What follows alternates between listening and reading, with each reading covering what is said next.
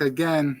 A couple of seconds later, we're gonna try to wing it this time because I left my notes at fucking work today for the UFC event, so I'm going off my phone. We're gonna wing it from what we know. Main event: Aspinall, Alexander Volkov. Tom Aspinall, one of the best up-and-coming heavyweights in the UFC. He is 11-2 with 9 knockouts and 2 submissions, 100% finish rate. Never been knocked out in his career. Only has 1 submission loss, and that was against Stuart Austin in 2015, his 4th professional fight. He is currently on a 7-fight win streak, going 4-0 in the UFC with TKO over Jake Collier, Alan Bedot, and then Sergey Spivak, which was his most recent fight in September. And he also has a submission win over Andrei Arlovski. Bringing him in.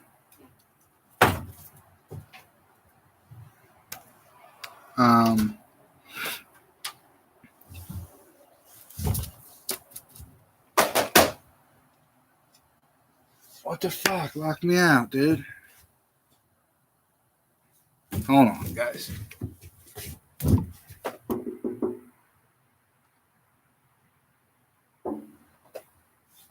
You locked the door. I heard it lock. No, you didn't, my ass. I don't even know where he was at. He's a finisher. He's a tall, lanky guy. He's 6'5", 78-inch reach. He's going up against Volkov, who is 6'7" with an 80-inch reach. So, although he is taller than a lanky guy, Alexander Volkov way longer. Volkov's a brown belt in jiu-jitsu. Very, very good kickboxer. He's 34-9 professionally with 22 knockouts. His most recent fight was a decision win over Marcin Tybura at UFC 267. He has 3 losses in the UFC. One was a knockout to Derek Lewis, his first in the UFC. That was fight he was winning the entire fight, and I think he got knocked out. Let's see if it'll say it. 11 seconds before the end of the fight, he was knocked out, but he was controlling the entire fight. Curtis Blades got out-wrestled, lost the decision, and same with Ciryl Gane.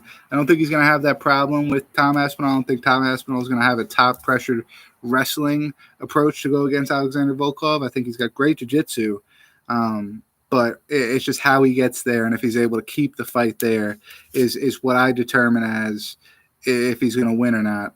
Let me just pull this up as well, just so I could be looking at this. Yeah, so Aspinall's coming in a little bit of a favorite.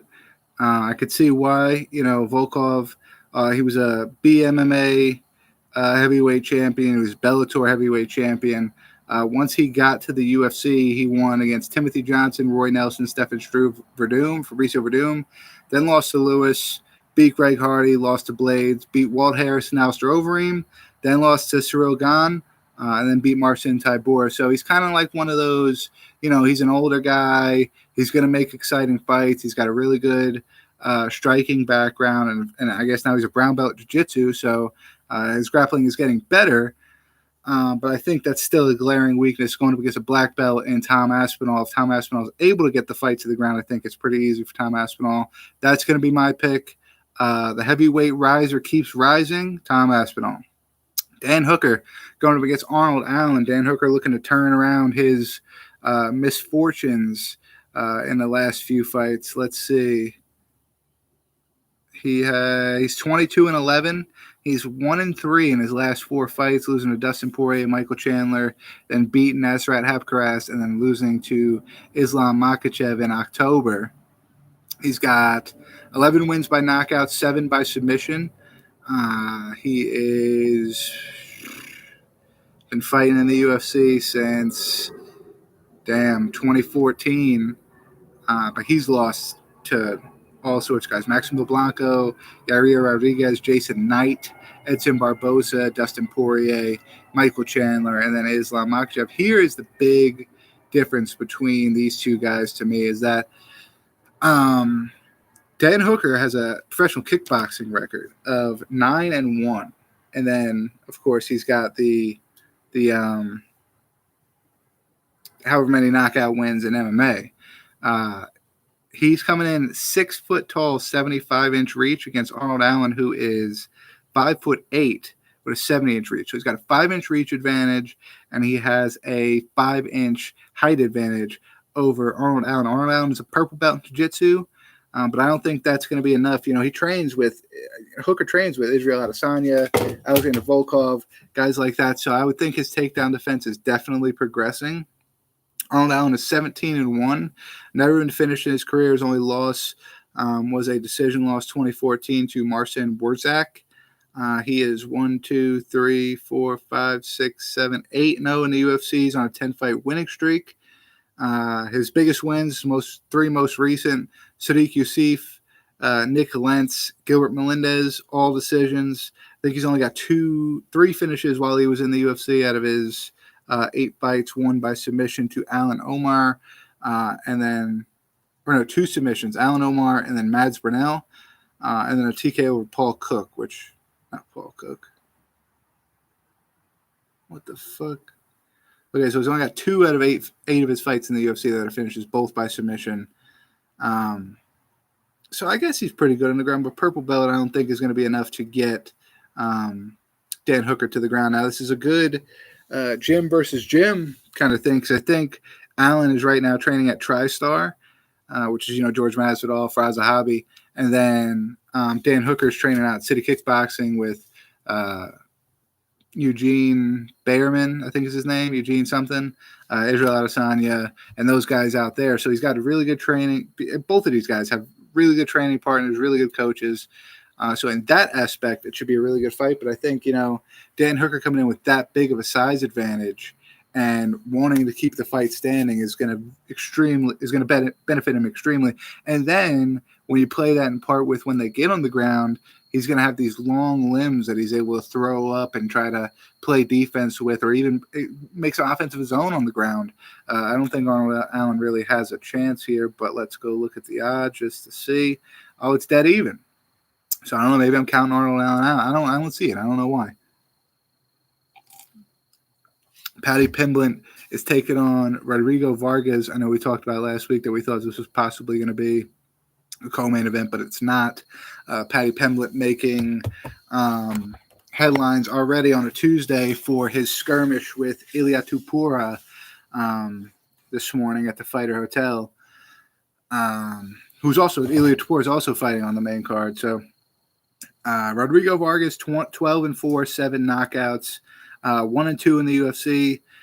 He lost to Brock Weaver by disqualification by illegal knee, lost a decision to Alex De Silva, and then beat Rong Zhu by decision. Never been knocked out in his career, only lost by submission 1 time, and that was to Jose Caceres in 2013, way prior to getting to the UFC. There's not much to say about Paddy Pimblett. I think he's got good grappling, good striking. He's a really tough guy. He's got a good chin. Rodrigo Vargas, though, he's one of those Mexican-style fighters where he's got a good chin, too, and he's there to bang. So if Paddy Pimblett wants to win this fight, he takes it to the ground. He makes it a long, drawn-out, makes him tired, and wins himself a decision, which I don't like the guy. I really, really, really don't like the guy. And I think they're kind of giving him a lob here with Rodrigo Vargas. No disrespect to Rodrigo Vargas, but the guy's 1-2 in the UFC. And prior to that, he fought in Combate. Okay, Combate is pretty. He went 2-1 in Combate. And then before that, he was all regional shit in Mexico, which I'm not. I don't really like to down regional scenes in certain areas, but historically, we haven't really seen a lot of talent come out of Mexico's regional scene per se. I was going to give him credit for beating Jordan Williams. Jordan Williams is 9-6, so and I think a lot of these are not Latino, yeah. So some of them are, but I mean, there's no link here for me to click on, but I would assume TWC, TPF. I don't want to automatically Extreme Combat. I don't want to automatically assume those are Mexican promotions, but statement still stands. I think Paddy Pimblin fighting for Cage Warriors for so long is light years ahead of Rodrigo Vargas, and that fight's going to be pretty easy for him. I hope they put him against somebody who is, higher class and talent, so we can see him get the Greg Hardy treatment and get the fuck out of the UFC. Because although he's good, he's good with the mic, he's entertaining. He's like one of those little brats, dude. He's a fucking he's that guy that'll chirp with you. He'll chirp with anybody, with a fan, with somebody's mom, with a promoter. It doesn't matter who it is. He'll chirp with you, and that's cool to a certain extent. But Nate Diaz isn't gonna go at your mom. You know what I'm saying? Nate Diaz isn't gonna go, just do weird shit. It's just Paddy Pimlin's just a weird dude. I can't get with it. I'm gonna pick him for this fight, unfortunately, but I really wish that I had another option. But I haven't looked at the odds yet, but I'm sure the odds reflect it. Yeah, minus 525. So odds makers aren't really giving Vargas a chance either. And I can't blame him. I really can't. But on to the next one. Gunnar Nelson, Takashi Sato, I think personally is a really good fight. Takashi Sato's second-degree black belt in judo. 16-4. He's only lost once by knockout. The other 3 are by submission, which plays directly into Gunnar Nelson's strength, because he is a grappler. Sato is 2-2 in the UFC. He's got a knockout over Ben Saunders and Jason Witt, and then he's got submission losses to Bilal Muhammad and Miguel Beza. Prior to that, he's on the more of the pancreas, the Japanese, Chinese, I don't know really. Japanese pancreas? I don't know. Either way, he's out in Asia. Better talent, I'd say, but not fighting UFC caliber guys. 11 wins by knockout. I think he's got a really exciting striking style, but 5'10", 73 against 5'11", 72. So it's very similar in size. But Gunnar Nelson is a black belt in karate and a second-degree black belt in jiu-jitsu under Renzo Gracie.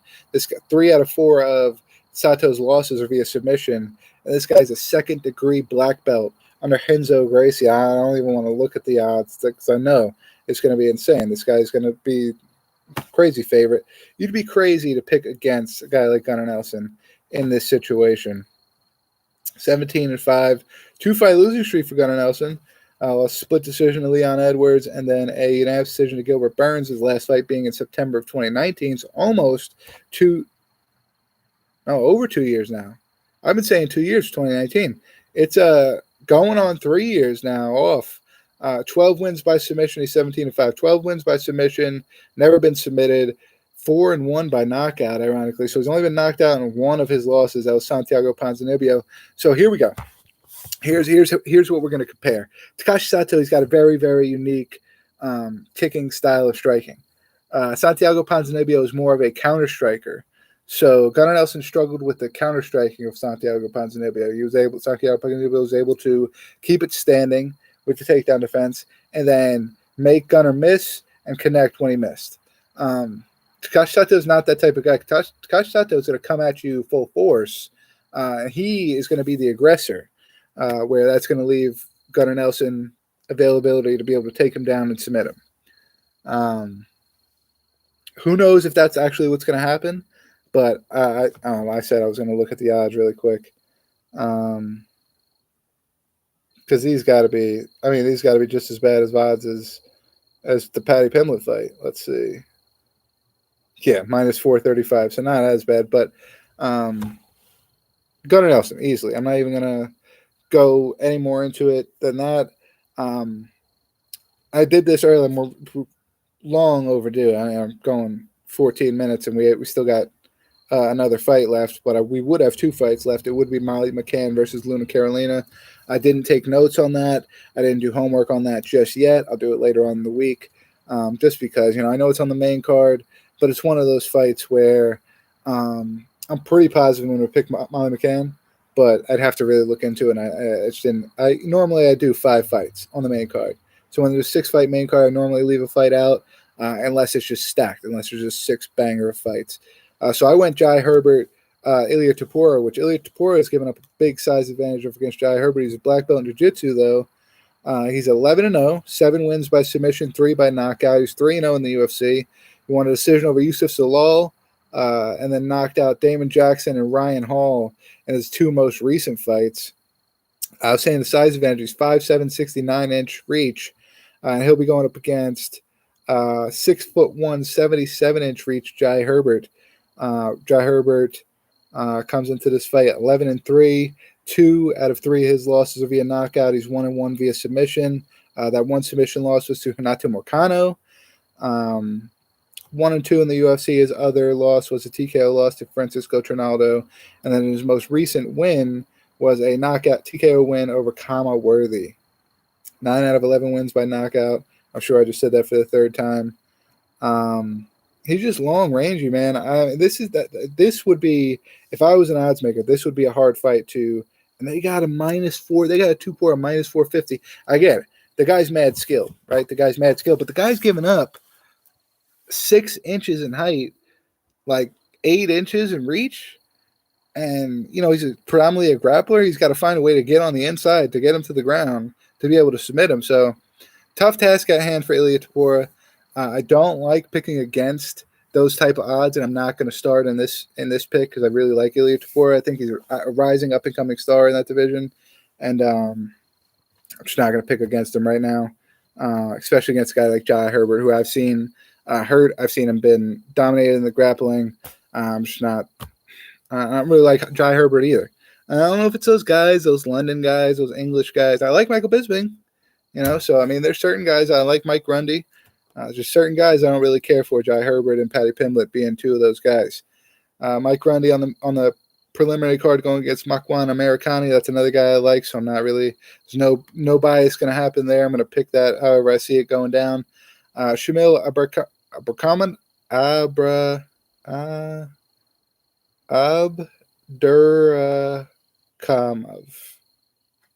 versus Sergey Pavlovich. And Shamil, I'm sorry, man. I've seen you fight so many times. There's no way I'm pronouncing that last name. Nikita Krylov versus Paul Craig. I think that fight could very possibly be on the main card. Same with Jack Shore and Tamir Velev. If they wanted to replace Molly McCann, Ludo Carolina, and Jai Herbert versus Ilia Topuria with those 2 fights, Nikita Krylov versus Paul Craig and Jack Shore versus Tamir Velev, I would be 100% fine with that because I think those 2 fights should be on the main card. Corey McKenna will be taking on Elise Reed. Nathaniel Wood going up against Vince Morales. And then Muhammad Mokev going against Cody Durden, who got a lot of heat for being a racist in his most recent fight after his post-fight speech. That's it for this week. We're not even going to look into next week. Be a surprise. Be back here next Tuesday. We'll be previewing whatever it is, Bellator, Icon, Island Fights, whatever is on. If there's no UFC, I'll be doing something else. But if there's UFC, you know what's happening next Tuesday. Stay barbecued. Hit me up, motherfuckers.